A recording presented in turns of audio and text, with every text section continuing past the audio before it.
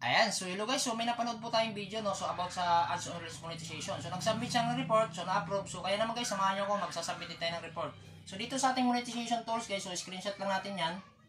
Then dito sa ating professional dashboard, so screenshot lang din po natin yan. Then after natin may screenshot yan, so magkukompose tayo ng message na ating i-send mamaya sa pagsasubmit natin ng report. So ito po yung kinumpose natin na message guys. Yan. Then after natin makompose yung message, so i-copy lang natin yan. Then, click natin yung hamburger icon. Then, pasok tayo sa help and support. Then, click nyo po yan. Then, click nyo po yung report a problem.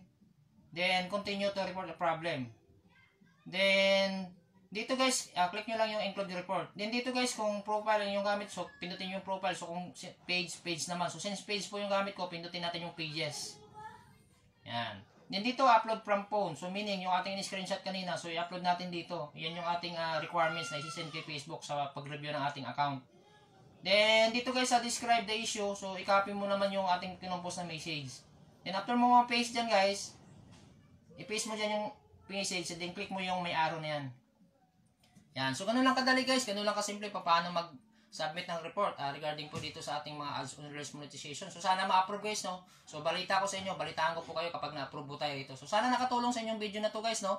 Kung oo, hindi guys kalimutan mag-like and share at i-follow nyo po ako guys para ma-update ko po kayo sa mga next tutorial natin dito sa Facebook.